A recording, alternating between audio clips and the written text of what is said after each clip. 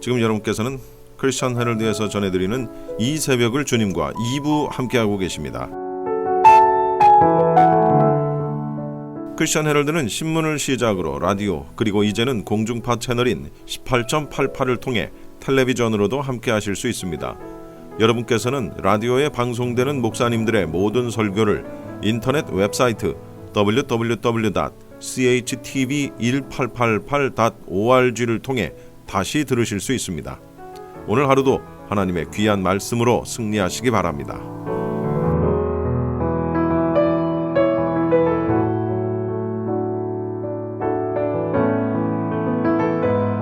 이 시간에는 먼저 프레이즈 교회의 요한계시록 강해 시간입니다. 오늘은 계시록 2장을 본문으로 에베소와 서머나 교회라는 제목의 설교 말씀입니다.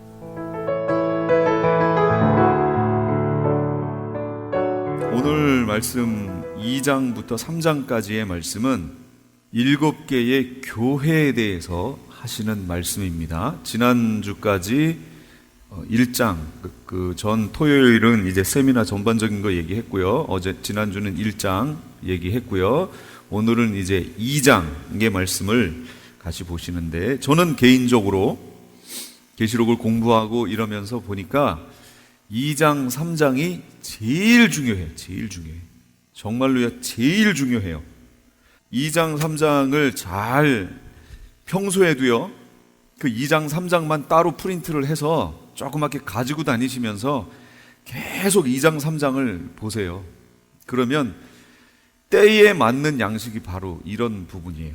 뭐라고 우리에게 말씀하시는가, 주님이 어떻게 준비하라고 하시는가 하는 내용이 이 2장, 3장에 다 나와 있어요. 그리고 어떤 교회를, 어떤 성도를, 어떻게 신앙생활을 한 사람들을 주님이 칭찬하시는가의 내용도 다 나와 있고요. 칭찬의 내용도 있고, 마지막에 이렇게 살면 안 된다라고 하는 책망의 내용도 다 있습니다.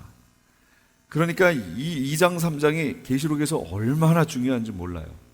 거기 책들 다 가져오셨죠?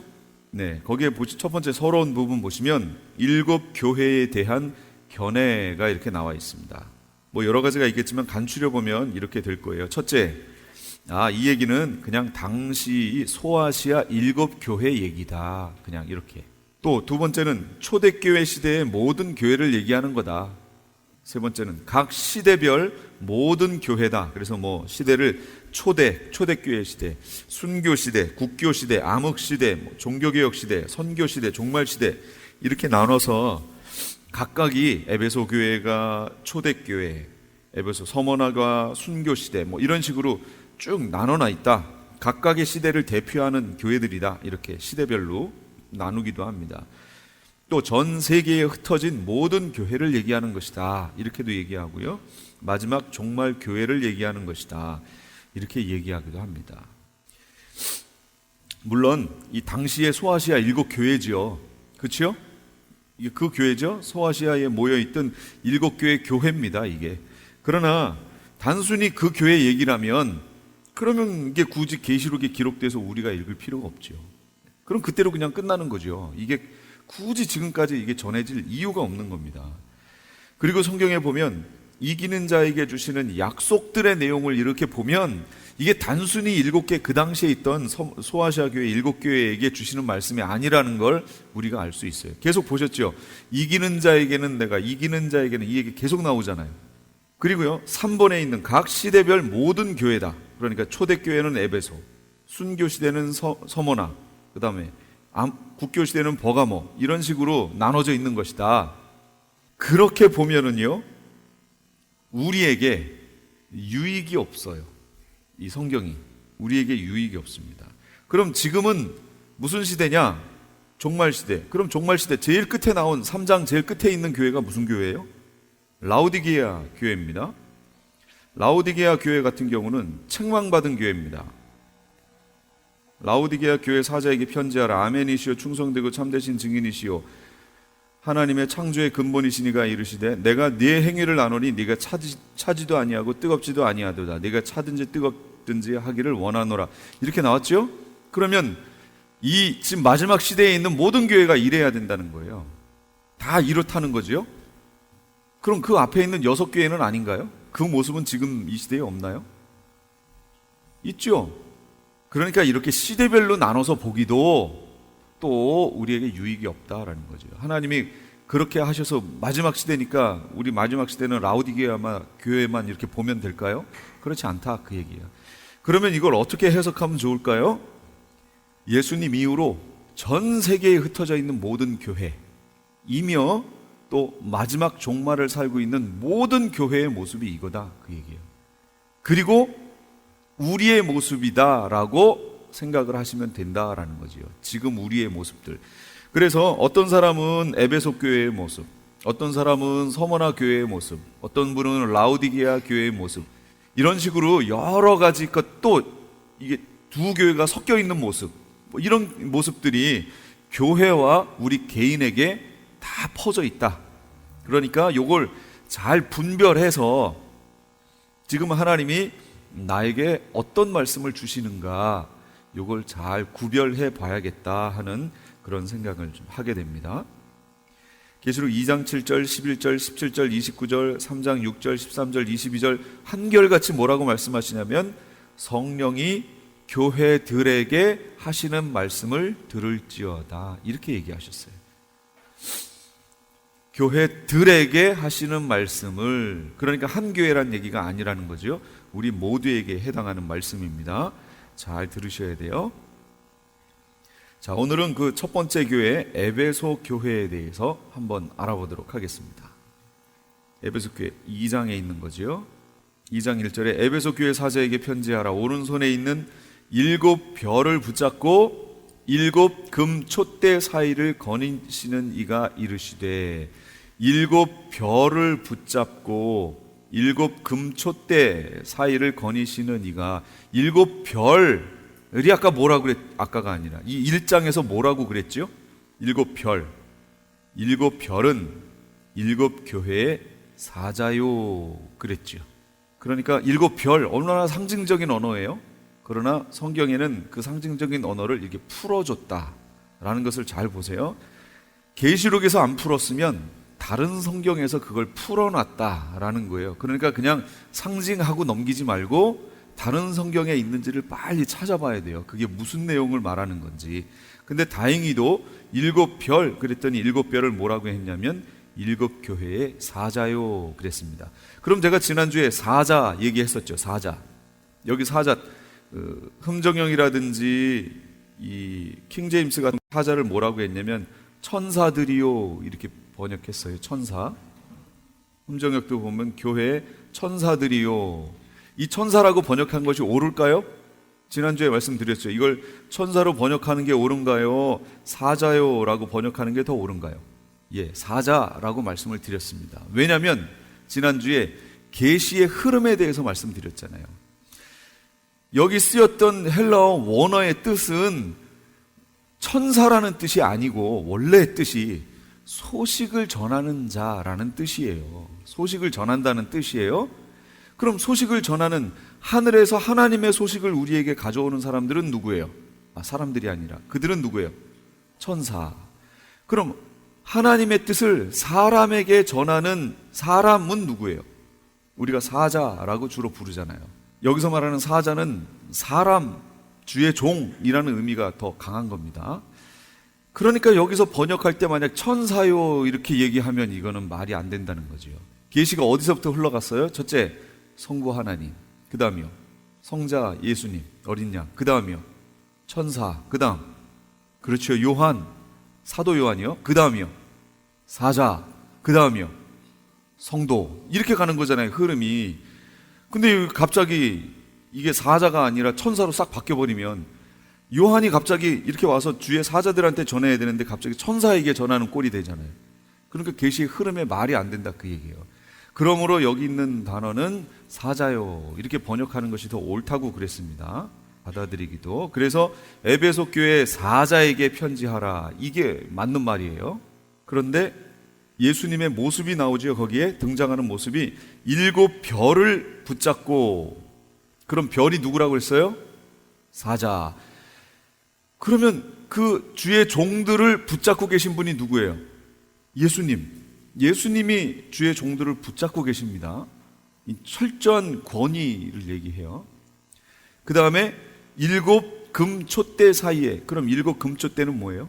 예, 교회. 일곱 금촛대 사이에 이렇게 거니신대요. 그것은 예수님이, 어린 양 되신 예수님이 교회를 돌보고 계신다라는 얘기예요. 여기 있는 일곱 교회가 단순히 그 소아시아 당시에 있던 일곱 교회, 그럼 예수님이 그 당시에 있던 그 일곱 교회, 에베소, 서머나, 버가모, 두아디라, 사데, 라우디게, 빌라델비아, 그거만 이렇게 돌보고 계시고 그 옆에 있는 로마, 갈라디아, 뭐 다른 교회는 안 보시는 건가요? 그런 의미예요? 아니죠. 그러니까 여기서 말하는 이 일곱 교회라는 의미는 전반 성경 전체적으로 봤을 때 모든 교회를 얘기한다라는 것을 알 수 있죠. 그러니까 하나님께, 예수님께 붙잡혀 있는 모든 교회는 주님이 돌보시고 계신다. 그런데 그 교회를 돌보시는데 누구를 통해 돌보시고 계신 거예요? 누구를 사용하셔서? 사자들을 통해서. 그 사자는 특별히 오른손에 들고 계세요. 그러니까 각 교회에 하나님께로부터 보냄을 받은 주의 사자를 함부로 했다간 큰일 납니다. 예, 진짜로요. 누구에게 반역하는 거예요? 예수님께 바로 대들은 거예요. 예수님이 보낸 사자잖아요. 근데 그 사자를 함부로 대하면 예수님을 함부로 대하는 거하고 똑같습니다. 그러니까 제가 그랬잖아요. 맞고 나갈래, 그냥 나갈래. 주의 종한테 그렇게 얘기한 사람은 누구에게 얘기한 거예요? 예수님께 너 맞고 나갈래, 그냥 나갈래. 이거하고 똑같아요.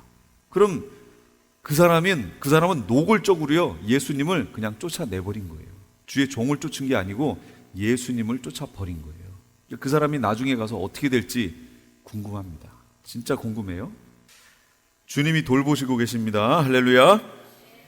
주의 종을 통해 교회를 지키시는, 보호하시는 주님의 모습이 등장합니다. 그리고 이 에베소 교회를 칭찬하십니다. 칭찬의 모습이 이제 나오기 시작합니다.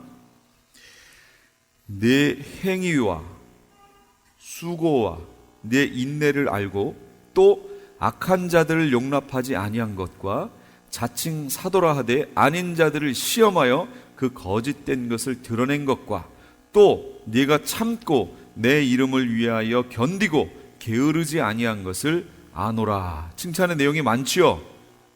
6절에도 또 있어요. 오직 네게 이것이 있으니 네가 니골라당의 행위를 미워하는도다. 나도 미워한다. 이러십니다. 그러니까 하나님, 예수님이 미워하시는 것을 우리도 미워해야 된다는 거예요. 예수님이 기뻐하지 않는 것을 우리도 기뻐하지 말아야 된다는 거예요. 그런데 에베소 교회는 칭찬을 너무나 많이 받았어요. 그 2절부터 보세요. 내가 네 행위를 안다. 행위에 대해서 칭찬받지요. 수고도 안다. 수고에 대해서도 칭찬받고요. 내 인내를 알고, 인내에 대해서, 이게 어떤 교회인지 여기 나오죠. 또 악한 자들을 용납지 않은 것, 이것도 안다는 거예요. 대단하죠. 그 다음에 자칭 사도라 하되 아닌 자들을 시험하여 그 거짓된 것을 드러낸 것, 이것도 다 안다는 거예요. 그리고 참고 내 이름을 위해 견디고, 그리고 게으르지 않은 것, 이것도 알고요. 니골라당, 주님이 미워하시는 것을 같이 미워한 거, 이거 다 칭찬받았어요. 제가 그냥 꼽아봐도 9개예요. 상당히 많이 칭찬받지요. 그러면 여기 오신 우리 성도님들의 교회와 또 각자의 삶을 통해 봤을 때 이렇게 주님이 오셔서 칭찬하시면 어떨 것 같아요? 대단히 기분 좋지 않겠어요? 우리의 소망이 뭐예요? 주님 앞에 가서 주님께 착하고 충성된 종아, 잘했다, 잘했다. 예, 네가 작은 것에 충성하였으니까 주인의 즐거움에 참여해라.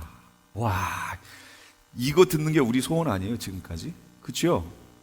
여기 에베소 교회 이렇게 칭찬받았다고요. 얼마나 받았는지 몰라요. 그 중에서도요, 니골라당이라고 하는 얘기가 나옵니다. 그런데 여기에서는 이 니골라당에 대해서 특별하게 설명이 없어요. 오직 네게 이것이 있으니 내가 니골라당의 행위를 미워하는도다. 나도 이것을 미워하노라. 이렇게 나왔습니다. 여기 니골라당. 그럼 이 니골라라는 이름 어디서 들어보셨죠? 어디서 들어보셨어요? 안 들어보셨나요? 그럼 오늘 처음 들어보신 거죠? 이제 내일부터 들으신 거예요. 니골라는 사도행전에 나오죠. 니골라는 사도행전 6장 5절에 있습니다. 7 집사 중에 한 명입니다. 니골라예요. 니골라 집사예요. 우리는 잘 아는 스데반 집사만 알고 있죠. 근데 스데반을 포함한 7명의 집사가 있는데 그 중에 마지막에 이름이 등장하는 게 바로 이 니골라입니다. 한번 제가 찾아볼까요? 사도행전 6장 5절에 있습니다. 온 무리가 이 말을 기뻐하여 믿음과 성령이 충만한 사람 스데반과 빌립과 브로고로와 니가노르와 디몬과 바메나와 유대교에 입교했던 안디옥 사람 니골라를, 그럼 니골라는 유대인인가요? 이방인인가요? 이방인이죠. 이방인인데 유대교에 입교했으니까 지금도요, 유대교에 입교할 수 있을까요? 없을까요? 예, 지금도 유대교에 입교할 수 있습니다. 예, 지금도 2년인가 3년인가 거기서 하는 교육을 받으면 유대교에 입교할 수 있습니다. 그런데요, 이게 단순히 유대교에 입교하는 거, 그냥 저기 안 믿던 사람이 우리 교회에 와서 예수 그리스도를 영접하고 크리스찬이 되는 것, 유대교에 입교한다는 건 그거와 그냥 미국 사람이 한국에 와서 복음을 받아들이고 예수님을 영접했어요. 그럼 그 미국 사람이 한국 사람 되나요? 여전히 미국 사람이죠. 그런데요, 여기 유대교는 달라요. 지금도 여러분이 2, 3년간 교육받고 유대교에 입교하죠. 그럼 이스라엘 사람이 됩니다. 이스라엘 사람의 시민권을 줍니다. 그러니까 유대교에 나 유대교 믿고 싶어 해갖고 단순히 그냥 들어가는 정도가 아니에요. 그래서 2, 3년 동안 훈련을 시킵니다. 계속 진짜 유대인 되도록 훈련을 시킵니다. 철저하게. 교회에서 훈련하는 건 비교도 안 돼요. 얼마나 철저히 시키는지 몰라요. 그런데 바로 이 니골라는 유대교에 입교했던 안디옥 사람이라는 거예요. 이방인이었지만 유대교에 입교했다가 유대인으로 유대교에 입교해 종교 생활을 하다가 예수님을 만나고 유대인 크리스찬이 된 거죠. 그렇게 된 사람이에요. 이 사람이 니골라입니다. 그런데 이 니골라가 하나님께 은혜를 받습니다. 성령도 체험합니다. 이 사람이 니골라라는 얘기 근거는 성경에는 없습니다. 성경에는 거기서 언급이 나오는 하나도 없어요. 예수님의 제자들 시대, 속사도 시대, 그다음 그걸 지난 교부 시대에 가서 이레니우스라고 하는 교부가 있습니다. 그 교부가 쓴 책에 보면 여기 말하는 니골라 당에서의 니골라가 바로 그 사도행전 6장 5절에 있는 7 집사 중에 하나인 그 니골라다라고 교부 이레니우스가 쓴 책에 나와 있는 내용이에요. 이게 그러니까 가장 이 시대하고 가장 근접하게 가까이 있었던 그 교부가 그렇게 말을 하기 때문에 우리는 이 니골라가 그 니골라다라고 인정하는 겁니다.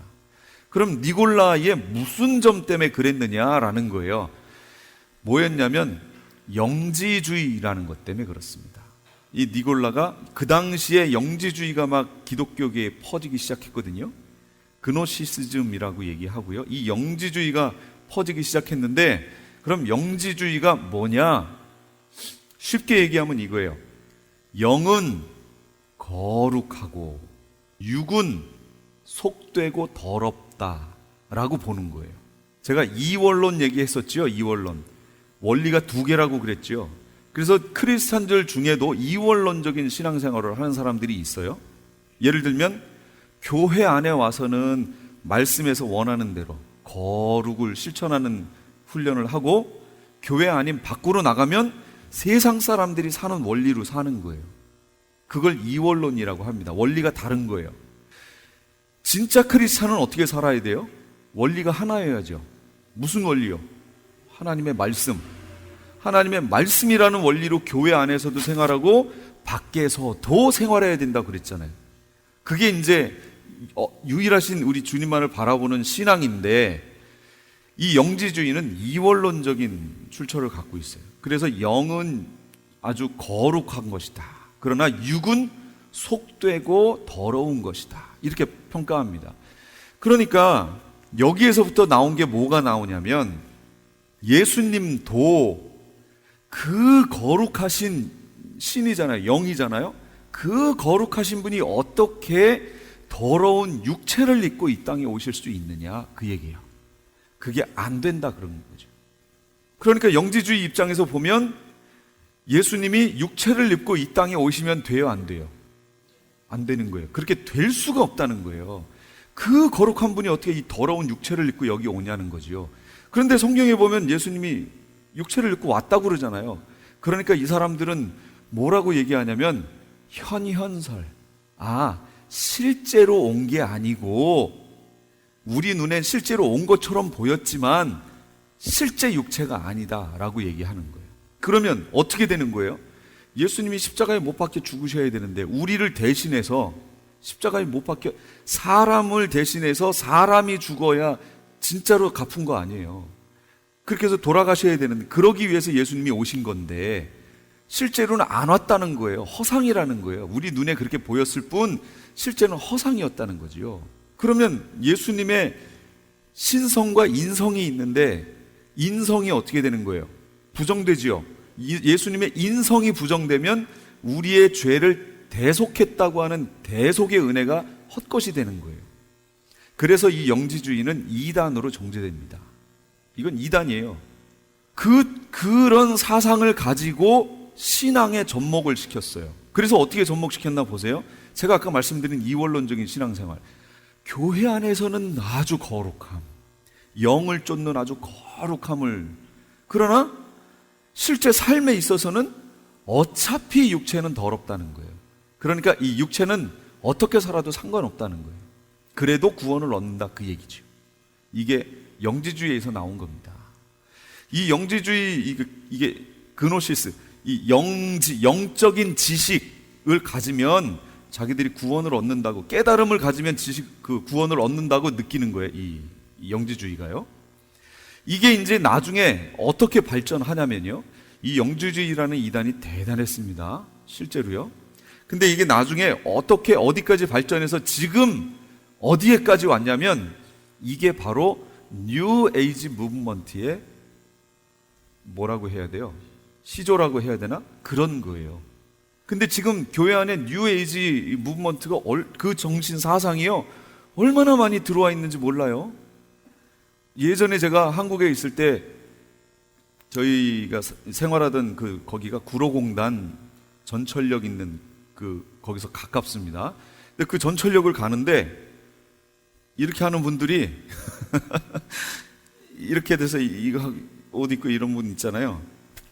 그런 사람들이 성경책을 이렇게 펴놓고 거기서 막 얘기를 하고 그래요. 그래서 아니, 처음에는 저 사람이 불교에 보였는데 예수님을 영접하고 변했으니까 그 복음을 전하려고 저러고 있나 보다, 저는 그렇게 생각했어요. 순진하지요? 그랬더니 그게 아니에요. 그 옆에서는 뭐 또 어떤 멀쩡하게 양복 입은 사람이 또 다른 거 하고 얘기하고 막 이래가지고요, 나중에 그게 뭔가 하고 이렇게 봤더니 정도령 얘기하는 거예요. 정도령. 정감록 있죠? 정감록에 나온 그거 얘기하는 거예요. 정도령 얘기. 저는요, 실제 여기 와가지고 제가 그 정도령 될 뻔했어요. 제가 정씨잖아요. 제가 일하는 곳에 어떤 연세 드신 분이 왔어요. 죽었다가 살아났다는 거예요. 죽었는데 보니까 자기가 쫙 해서 지구 위로, 우주 위로 쫙 올라가더래요. 올라가면서 지구를 이렇게 봤더니 어디는 환하고 어디는 어둡고 막 이런 모습들을 봤다는 거예요. 그렇게 하다가 어떻게 하다가 자기가 살아났대요. 다시 돌아왔대요. 그러면서 제가 일하는 곳에 이렇게, 거기는 많이 오시니까 사람들이 거기 와서 앉아 계시는 거예요. 어떻게 오셨냐고 이제 제가 여쭤보고 상담을 하니까 그러시더니 두 번째 오셨어요. 그래가지고 이분이 죽었다가 살았으니까 이분을 전도해야 되겠구나, 내가. 그 마음이 확 오더라고요. 그래서 사장님한테 얘기하고 내가 이분을 전도를 하겠다고 잠깐 시간을 달라고 그래서 다른 방으로 이분을 데려가서 이제 제가 이제 복음을 쭉쭉 전했는데 이분이 잘 들어요. 그러더니 마지막에 가가지고요, 자기가 이렇게 해서 무슨 뭣도 보고 막 했는데 자기가 죽었다 살아났기 때문에 자기 얘기를 사람들이 많이 들어줄 거래요. 그래서 자기가 지금 찾는 사람이 있다는 거지요. 정감록이라는 거에 대해 들어봤네요. 그래서 응? 그랬더니 제가 이제 이름표도 달고 있잖아요. 정씨잖아요. 그러니까 그 정도령을 찾는 거래요. 자기가 지금 그게 자기 사명이래요. 제가 정시로 돼 있으니까 정도령을 할 생각이 없냐는 거예요. 자기가 정도령을 만들어 주겠대요. 제가 한번 정도령 될 뻔했어요. 참 그런 사람들도 있습니다. 여기 있는 여기 LA에 사는 분이에요. 뭐 그런 분만 있나요? 뭐 마리화나를 피워서 성령을 영접하자, 뭐 막 신문에 내고 한 면 전체로 내고 막 그런 분들도 있잖아요. 이게 얼마나 마지막에 지금 이 혼란스러운지 몰라요. 뉴에이지 무브먼트, 이 니골라당이 뉴에이지 무브먼트의 시조라고 얘기할 수 있습니다. 뉴에이지 무브먼트를 하면 교회 안에 어떻게 지금 들어와 있냐면 아주 거부 반응 없이 잘 들어와 있습니다. 그리고 교회들이 마치 맞다라고 모든 사람들이 그렇게 얘기하는 형태로 들어와 있어요. 대표적인 게 뭐냐? 긍정적인 사고방식, 긍정적인 마인드, 이런 걸로 들어와 있어요. 얼마나 좋아요. 긍정 했으니까 얼마나 좋아요. 제가 토요일 날 세미나 할 때도 말씀드렸죠. 긍정적인 말을 하면 우주에 있는 긍정 에너지가 긍정적인 말을 한 사람에게로 이렇게 몰려든대요. 그래서 이 사람이 뭘 하려고 그러면 그 에너지들이 그 일을 이루어낸다는 거예요. 그러니까 어떤 일에 대해서 계획을 짤 때 내가 된다 하라는 거예요. 그럼 그 긍정적인 에너지가 계속 모여서 결국 그 일이 되게끔 만들어준다는 거죠. 좋죠? 자, 우리도 이제부터 된다고 합시다. 안 되는 거 없이 다 된다라고 합시다. 이런 논리라면 그거 굳이 교회 안에 와서 할 필요 없어요. 굳이 교회 다니면서 할 필요 없어요. 그렇죠? 얼마든지 집에 앉아서 혼자 하면 돼요. 아, 된다. 유명한 목사님도 실제 거울을 보면서 그렇게 했다는 거예요. 제가 이름 대면 여러분이 깜짝 놀랄 그 목사님도 그렇게 했대요. 그 장모님이 보고 그 얘기를 했다는 거죠. 그 책에 다 나와 있습니다. 뭐 다 아시는 얘기일 거니까 제가 얘기 안 꺼냅니다. 그게 과연 성경에서 말씀하고 있는 믿음이냐라는 거죠. 성경에서 말씀하는 믿음이 그 믿음인가요? 그러면 그거 교회 안 와도 돼요. 밖에서 하면 돼요. 나 구원 얻는다. 천국은 내 거다. 맨날 선포하고 다니면 돼요. 그럼 그 긍정 에너지가 모여서 나를 천국으로 데려갈 거예요. 얼마나 교회 성도들을 현혹하고 미혹하는지 몰라요. 그런 게 지금 교회 안에 잔뜩 깔렸습니다. 그리고요, 메시지들을 잘 보세요. 그 메시지가 하나님께 소망을 두게 하는 메시지인지 이 땅에 소망을 두게 하는 메시지인지 잘 분별하세요. 땅에 소망을 두게 하는 메시지면 그거 성경적인 거 아니에요. 하나님께 소망 두게 해야 되는 거죠. 뭐든지. 그래서 결론이 저길 바라보게 해야 돼요. 여긴 아닙니다. 진짜로 여긴 아니에요. 이 니골라가 바로 그런 거예요. 지금으로 말하면 뉴에이지 무브먼트, 뉴에이지 사상을 심어줬던 사람이고요. 그 당시로 말하면 영지주의라는 겁니다. 영은 아주 고상하고 거룩하고 육은 무익하다, 이런 사상이에요. 근데 지금 그렇게 신앙생활하는 사람이 얼마나 많은지 몰라요. 그랬죠?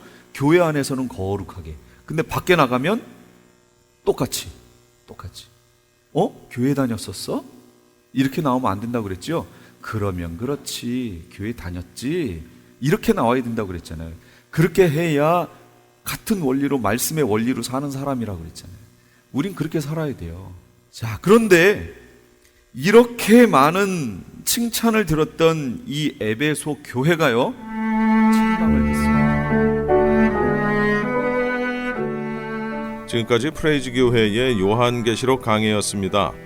프레이즈 교회에서는 매주 주일 오후 2시에 요한계시록 강해를 진행하고 있습니다.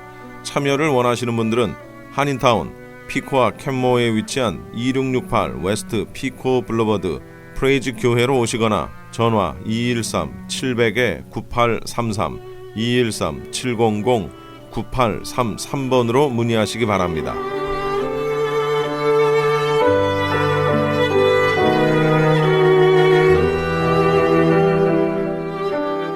이어서 한인타운에 위치한 미주 베델교회 양준호 선교사님의 귀한 말씀입니다.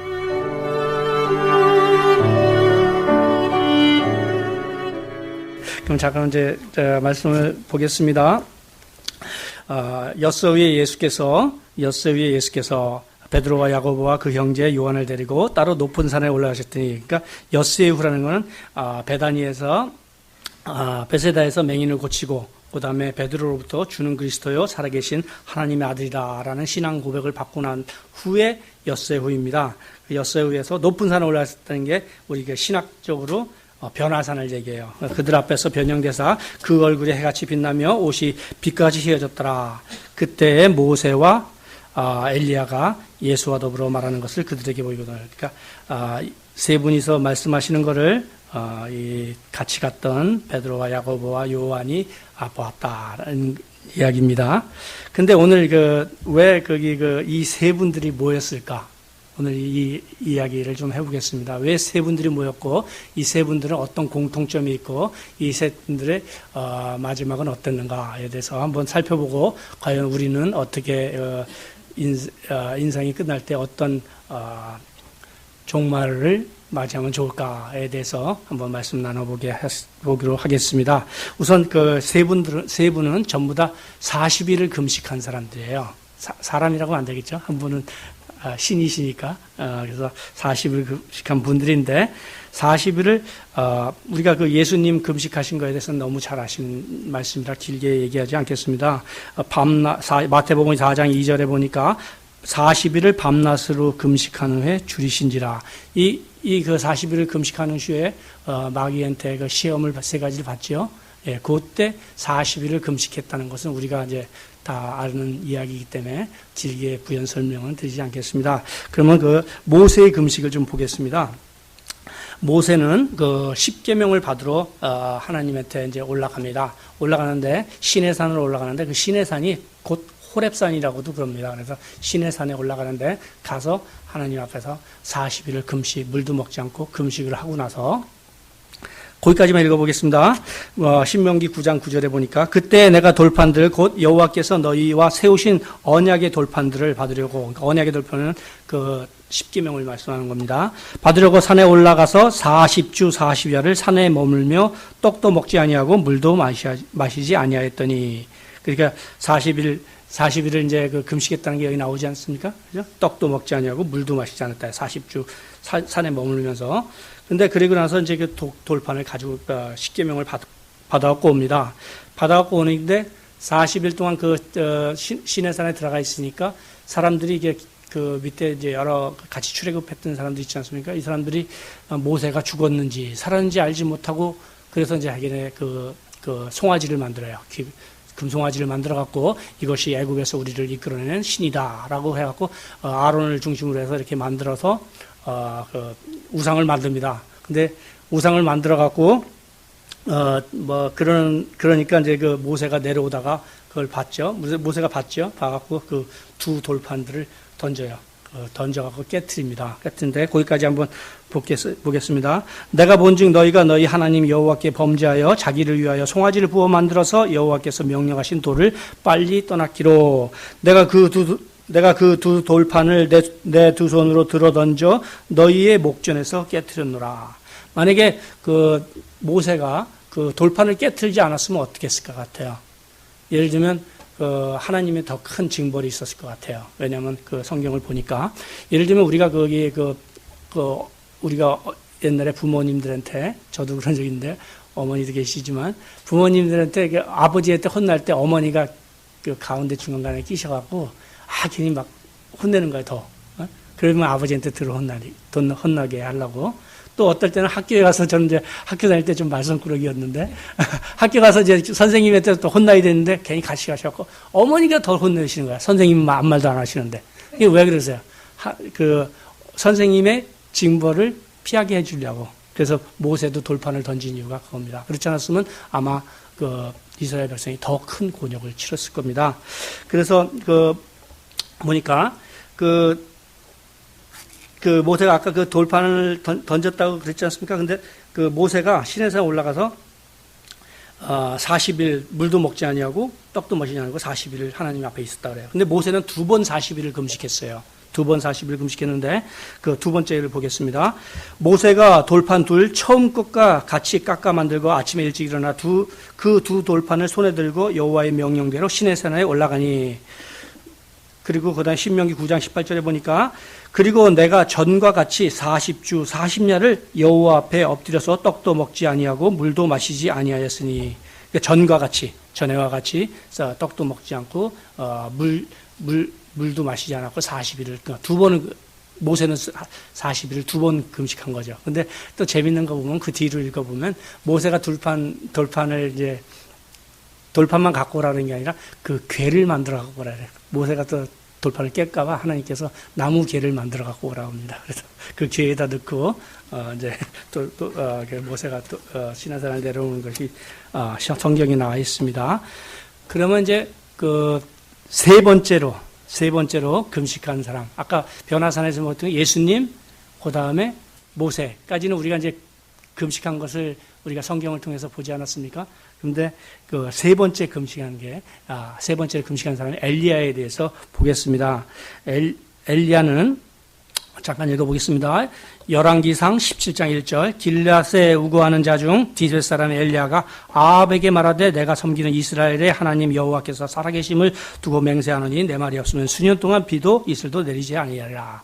그러니까 예를 들면 길앗에 우거하는 그 엘리야라는 사람이 있습니다. 엘리야라는 사람이 아합이 있는 게 누구냐면 이스라엘의 왕이에요. 예를 들면 그 첫 번째 다윗이 남북 통일을 해갖고 하나의 이스라엘이 되지 않았습니까? 하나의 이스라엘이 됐는데 그 솔로몬이 그 후계를 이어받고 솔로몬이 그 나중에 그 첩이 많아서 그 첩들이 섬기는 신들을 섬기게 돼요. 그래서 하나님께서 내가 너 때는 그만두지만 네 아들 때는 나라를 둘로 나누리라 해갖고 르호보암 때 여로보암이라는 북이스라엘을 만들게 됩니다. 그러니까 우리나라랑 비슷하죠. 남북으로 나뉘게 됩니다. 남북으로 나뉘는데 아래는 르호보암이 섬기고 저 나라를 차지하고 북쪽 이스라엘에는 여로보암이 섬기는데 여로보암은 매년 이스라엘 풍습이 이거 있어요. 매년 1년에 한 번씩은 하나님께 가서 예배를 드려야 되는데 예배를 드리는데 꼭 장소가 다른 데 있으면 안 되고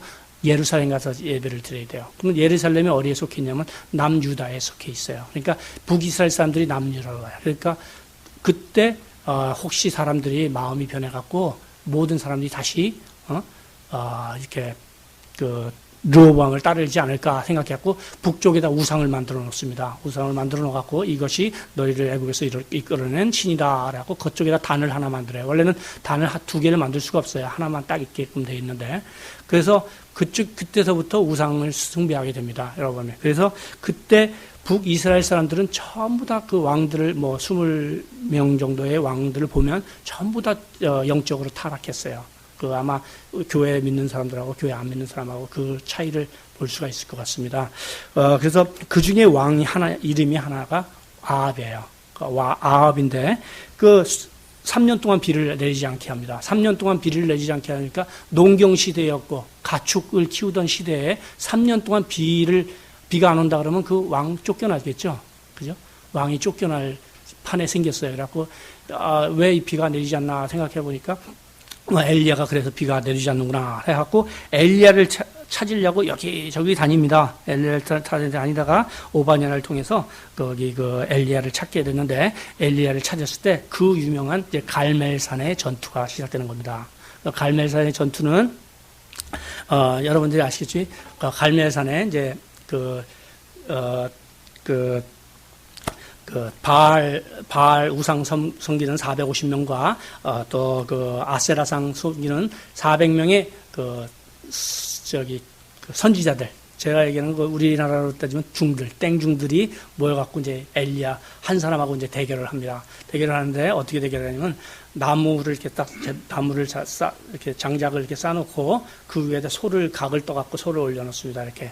그래갖고 우리가 불을 붙이지 않고 불이 붙는 쪽이 너는 네 신의 이름을 불러라. 나는 우리 여호와 하나님 이름을 부를 테니까 불 붙는 쪽이 진짜 신이다. 그렇지 않으면 가짜다. 그래갖고 불을 이제 대결을 합니다. 그걸 이제 대결을 하는데 그 대결을 할 때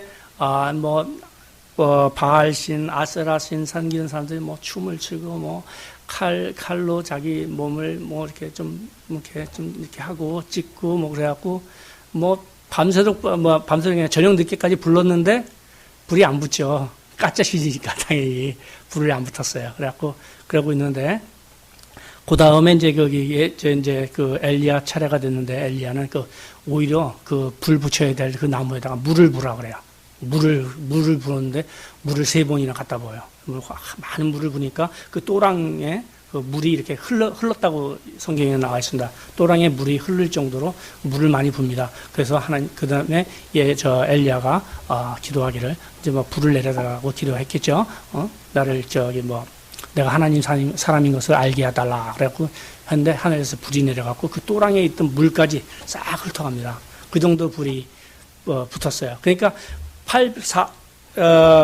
이방신 섬기는 사람들 850명 선지자가 모였으면 굉장히 많은 거죠. 그 다음에 엘리야 혼자고.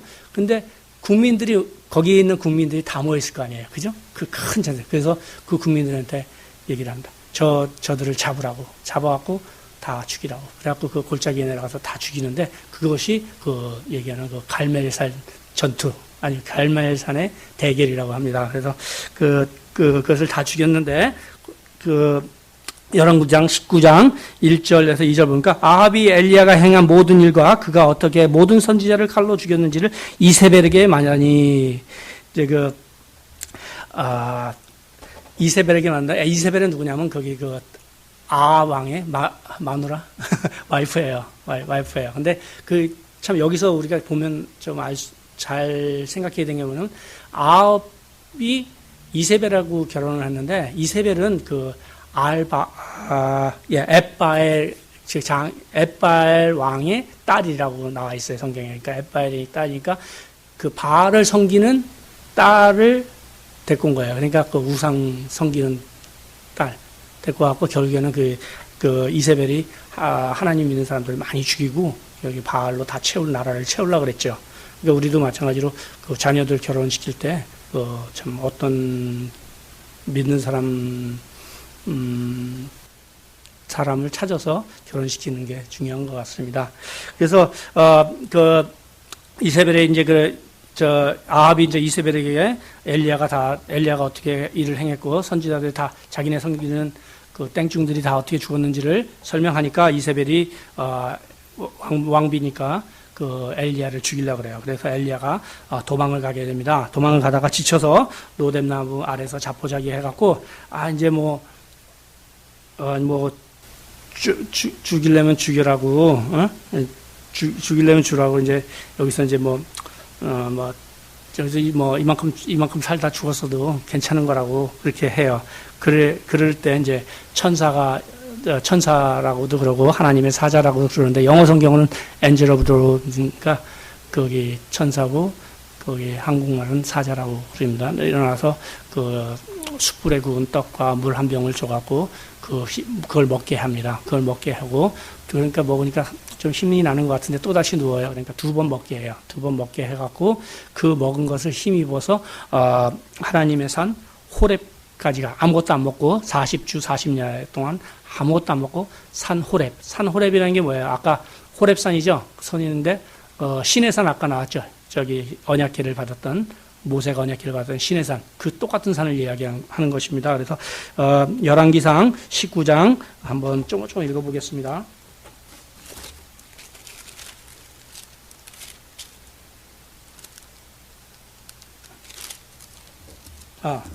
제가 조금 읽어보겠습니다.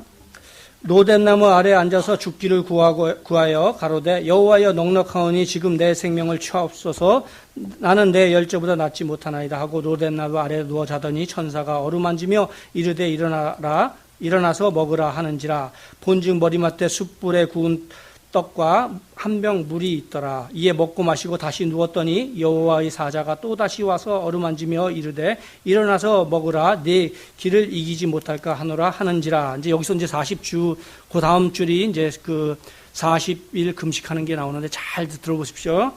이에 일어나 먹고 마시고 그 식물의 힘을 의지하여 40주 40야를 행하여 하나님 산 호렙에 이르니라. 그러니까 그 식물 한번 먹고 그 식물의 힘을 의지해서 40일 동안 하나님의 산 호렙에 갔다는 이야기입니다. 그래서 그 이번에 변화산에서 모였던 세 사람들은 전부 다 이제 40일 금식하는 사람들이에요. 분들이에요. 그다음에 거기 이분들이 뭐 40일 금식하지만 이분들이 또 돌아가신 게 참 좀 뭐랄까 제가 보는 관점에서는 참 한번 알아볼 만해요. 그래서 한번 보겠습니다. 예수님이 십자가에서 돌아가신 거는 여러분들 모두 다 알고 계실 겁니다. 십자가에서 어떻게 돌아가셨는지. 그러면서 또 부활하셔갖고 임마에도 나타나시고, 그 다음에 또 많은 그 마가다라방에도 나타나시고, 또 많은 사람들이 보는 데서 그 하늘로 올라가신 것을 잘 볼 수가 있어요. 보면 사도행정 1장에서 8절에서 9절을 보면 오직 성령이 너에게 임하면 너희가 권능을 받고 예루살렘과 온 유대와 사마리아와 땅끝까지 이르러 내 증인이 되리라 하시니라. 이 말씀을 마치시고 그들이 보는데 올려져 가시니 구름이 그를 가리어 보이지 않게 하더라. 그러니까 고린도 전서 15장 6절에서 보니까 500 형제들이 봤다 그래요. 그러니까 500여 형제 봤으니까 자매들도 봤으면 한 1000, 애들까지 봤으면 한 1000명 정도 봤겠죠. 네, 그래서 그 예수님은 돌아가셨다가 부활하셨어요. 돌아가셨다가 살아나셔서 이제 저기 가신 거죠. 그 다음에 두 번째 엘리야를 보겠습니다. 엘리야의 죽음은 엘리야는 죽음을 보지 않고 하늘로 올라간 사람인데 볼게요. 열왕기 하 2장 1절에서 1절과 11절 12절을 볼게요. 여호와께서 회오리바람으로 엘리야를 하늘로 올리고자 하실 때에 엘리야가 엘리사와 더불어 길갈에서 나가더니 두 사람이 길을 가며 말하더니 불수레와 불말들이 두 사람을 갈라놓고 엘리야가 회오리바람으로 하늘로 올라가더라. 엘리사가 보고 소리 지르되 내 아버지여 이스라엘 병거와 그 마병이여 하더니 다시는 보이지 아니하더라. 그러니까 그 엘리야의 제자가 엘리사예요. 그죠? 엘리야의 제자. 예수님의 제자는 수석 제자는 베드로고, 그 엘리야의 제자는 엘리사. 그리고 모세의 제자는 여호수아. 그렇죠? 엘리야의 제자가 엘리사가 같이 길을 가다가 길을 가는데 불말하고 불수레가 이렇게 내려왔어요. 내려와갖고 엘리야만 데리고 가요. 근데 이게 얼마만큼 빨리 그 불말하고 불병거가 얼마나 빠른지를 한번 보면 비행기보다 더 빨라요. 미사일보다 더 빠른 것 같아요. 왜냐하면 볼까요?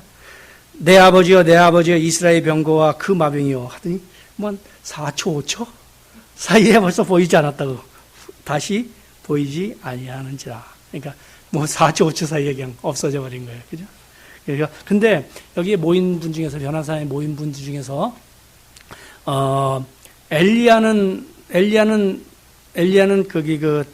엘리야가 죽지 않고 하늘로 올라갔지 않습니까? 근데 성경에 또 한 분이 나타나요. 그죠? 죽지 않고 하는 거, 에녹.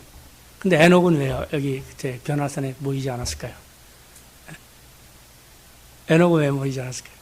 에녹은 40일 금식을 안 했잖아요. 그죠? 근데 사실은 여기 오늘 그 제목을 달면서 변화산의 세 분과 한 사나이라고 사실 제목을 정하려고 그랬어요. 근데 한 사나이는 또 성경에 안 나오기 때문에 한 사나이라는 단어는 뺐지만 한 사나이가 있습니다. 어떤 자서전 책을 보니까 한 사나이가 여기 와 계신데, 우리 미주배들교회 우리 정의환 목사님이 40일 금식하셨더라고요. 그래서 목사님 되시기 전에 참 그 결단이 얼마나 무서웠는지. 사실 저도 한 8일 정도는 금식을 해봤습니다. 8일 정도 해봤는데 진짜 40일 금식하려면요, 목숨을 내놓지 않으면 못해요. 사실 목숨을 내놓지 않으면 못하고, 참 그 결단이 얼마나 강했는지를 제가 짐작할 수 있는 자서전이었습니다. 그래서 한 사나이는 우리 정의현 목사님입니다. 예. 그다음에 이제 요번에 모세의 또 죽음도 봐야 되지 않겠습니까? 근데 모세의 죽음은 우리가 참 깊이 생각해야 돼요. 깊이 생각해야 되니까 한번 잘 볼게요. 모세는 죽어서 하늘로 올라간 사람이에요. 근데 한번 보자고요. 어떻게 되는지. 신명기 34장 5절에서 6절. 이에 여호와의 종 모세가 여호와의 말씀대로 모압 땅에서 모압 땅에 죽었죠. 벳부얼 맞은편, 벳부얼이라는 맞은편 모압 땅에 있는 골짜기에 장사되었고, 그러니까 어디에 장사되었는지 확실하게 나와 있죠. 그 골짜기. 그 벳부얼 맞은편에 있는 모압 땅 쭉 골짜기 따라가면 모세의 장사지가 있겠죠. 그런데 그 다음 절에 보면 오늘까지 그 묻힌 곳을 아는 자가 없느니라. 그때 당시만 해도 근데 거기에 분명히 장사되었고 거기 있다 그러는데 정확한 지명이 있는데 오늘까지 그 묻힌 곳을 아는 자가 없다냐. 무슨 말이냐? 시체를 찾은 적 시체가 안 보였다는 거죠. 왜냐하면 시체를 볼 수 있는 건 뭐냐면 그 중동 지역은 그 장사할 때 꼭 굴에다 묻어요. 그죠? 굴 같은 데를 묻어갖고 시체가 있는지 알아요. 시간이 지나도. 근데 없어요. 그러니까 묻힌 곳을 아는 자가 없는 거예요. 왜 그러냐? 유다서 1장 9절에 보니까 천사장 미가엘이 모세의 시체에 관하여 마귀와 다투어 변호할 때, 그러니까 천사장 미가엘이 모세의 시체에 관하여 모세의 시체를 두고 마귀랑 다퉜다 그래요. 그건 무슨 말이겠어요? 모세는 죽어서 하늘을 날아갔고 엘리야는 살아서 하늘을 날아갔고 예수님께서는 돌아가셨다, 죽었다, 살아나셔서 하늘로 갔어요. 우리의 그 휴거 때 일어날 일들을 얘기한 것이 아닌가라는 생각을 해봅니다. 잠깐 고린도전서 15장 51, 22를 볼게요. 보라 내가 너희에게 비밀을 말하노니 우리가 다 잠잘 것이 아니요 마지막 나팔의 순식간에 호련히 다 변화되리니 나팔 소리가 나며 죽은 자들은 썩지 아니할 것으로 다시 살아나고 우리도 변화되리라. 이렇게 또 누가복음 21장 27, 28을 보면 휴거될 때 이렇게 된 거예요. 인자가 구름 타고 오잖아요. 하나님께 구름 타면 머리를 들라 그래요. 머리를 들면 그게 아까 엘리야가 얼마큼 빨리 하늘나라 갔는지 우리가 봤죠? 5초도 안 걸렸잖아요. 근데 구름이 가려서 아마도 로켓보다 더 빨리 간 거예요. 그래서 그때 머리를 들면 일어나 머리를 들라 너희가 속량이 가까웠느니라 하시고. 그러니까 휴거될 때 우리가 머리를 들면 이제 예수님께서 오시는 거 보면 머리를 들면 그 살아있는 사람들은 그 아까 로켓처럼 슉 굉장히 빠른 속도로 우리가 알지 못하는 그런 속도로 하나님하고 아마 만나게 될 겁니다. 구름 위에서. 근데 여기 세 분들을 보면 한 분은 죽어서 하늘에 갔고, 한 분은 살아서 갔고, 한 분은 죽었다 살아나서 갔는데, 아마 우리의 그 마지막 때, 아니면, 마지막 날 있을 일이 아닌가라고 저는 생각해 봤습니다. 근데 이분들이, 오늘 여기 세 분 변화산에 모였는데, 왜 모였겠어요? 그 뜻이, 40일 금식한 사람들 공통점이 있고, 또 죽음에 대한 그런 우리의 앞으로 휴거될 그런 일에 대한 마지막 때에 대한 일도 있다고 하더라도 이분들이 만난 이유가 뭐냐 이거야. 세 분이서 무슨 얘기를 했냐면 누가복음 9장 31절에 보니까 장차 예수께서 예루살렘에게 별세하실 때 장차 예수께서 예루살렘에서 별세하실 것을 말하시죠. 그러니까 예수님이 어떻게 돌아가실까? 그거에 대해서 서로 상의했다는 얘기예요. 근데 영어 킹제임스 영어 성경을 보니까 accomplish. 이거 뭐냐면 이루다, 성취하다. 근데 그 말이 빠진 것 같아요. 한국 성경에서는요. 보니까 장차 예수께서 예루살렘에서 돌아가시면서 성취하실 일을 말할세. 아마 돌아가시면서 어떤 일을 할 거냐. 돌아가시면 또 어떤 일이 일어날 것인가에 대해서 서로 상의했다고 누가복음 9장에서는 나갑니다. 근데 어떤 얘기를 했을 것 같아요? 이런 얘기를 하지 않았을까? 예수님께서 돌아가실 때 하신 얘기 모든 걸 다 이루었다. 인간 구속 또 죄를 진 사람들도 나만 믿으면 천국 갈 수 있다. 그 구속 사역을 다 이루었다라고 그 사역에 대해서 말씀하지 않았나 그렇게 생각합니다.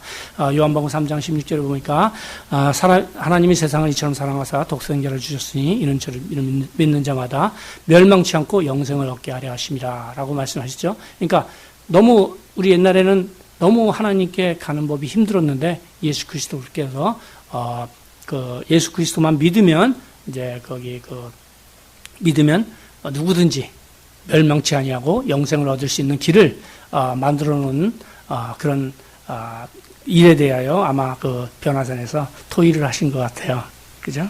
그러면 그 토의를 한 것 같은데 우리는 좀 어떨까요? 아까 그 어떤 장로님 그 찬양 예배 하시는데 이제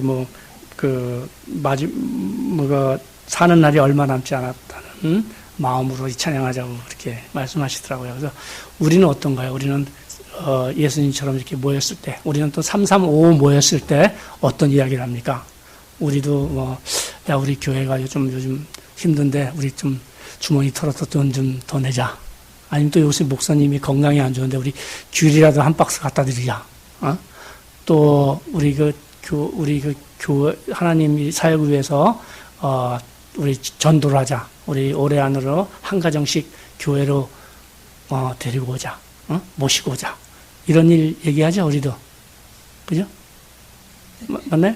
네, 맞죠? 네, 그래서 그렇게 하면서 하나님 뜻이 무엇인지를 살펴가면서 축복받는 미주배대교 성도 여러분이 되시기를 이 자리를 빌어 축원드립니다. 잠깐 기도하겠습니다.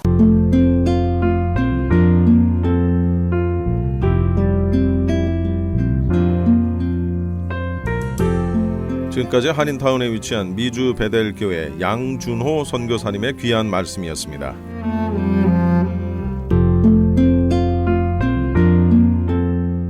지금까지 여러분께서는 크리스천 헤럴드에서 보내드린 이 새벽을 주님과 1부, 2부 함께 하셨습니다. 오늘 방송된 목사님들의 설교는 인터넷 웹사이트 www.chtv1888.org를 통해 다시 들으실 수 있습니다. 오늘 하루도 하나님의 귀한 말씀으로 승리하는 하루 되시기 바랍니다. 고맙습니다.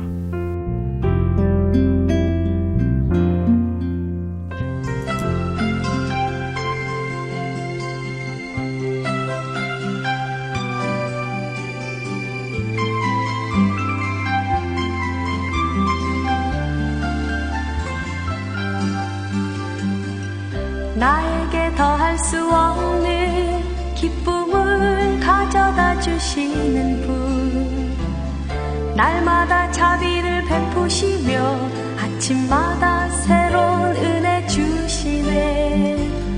아름다우신 주 그 이름 기묘라 모사, 전능하신 하나님 그는 예수, 영원한 소망을 주시며 사랑하게 하시는 영원한 아버지, 평강의 왕이라.